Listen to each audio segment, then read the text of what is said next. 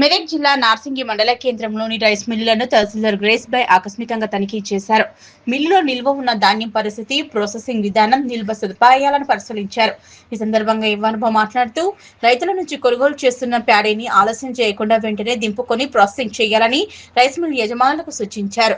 ధాన్యం ఎక్కువ రోజులు నిల్వ ఉంచడం వల్ల నాణ్యత దెబ్బతినే అవకాశం ఉందన్నారు. అలాగే కొనుగోలు కేంద్రాల నుంచి వచ్చే ధాన్యాన్ని సమయానికి తీసుకొని రైతులకు ఎటువంటి ఇబ్బందులు పడకుండా చూడాలన్నారు. ప్రభుత్వ నిబంధనలు పాటిస్తూ పారదర్శకంగా వ్యవహరించాలని ఆదేశించారు.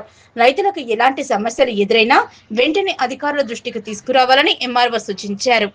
రైస్ మిల్స్ ఓనర్స్ అందరికీ చెప్పడం జరిగింది. ఏమనంటే మరి మండల లెవెల్లో ఉన్న ప్యాడీ అంతా కూడా వచ్చినట్టు కొంచెం ఫాస్ట్గా దింపాలని, అదేవిధంగా మరి ఎక్కడి నుంచి ప్యాడీ వచ్చినా కూడా అది లైన్ మెయింటైన్ చేస్తూ సీక్వెన్సీగా కొద్దిగా ప్రతిరోజు కొంచెం ఫాస్ట్గా దింపాలని రైస్ మిల్లర్స్ అందరికీ కమిటీ ఏర్పాటు చేసి చెప్పడం జరిగింది.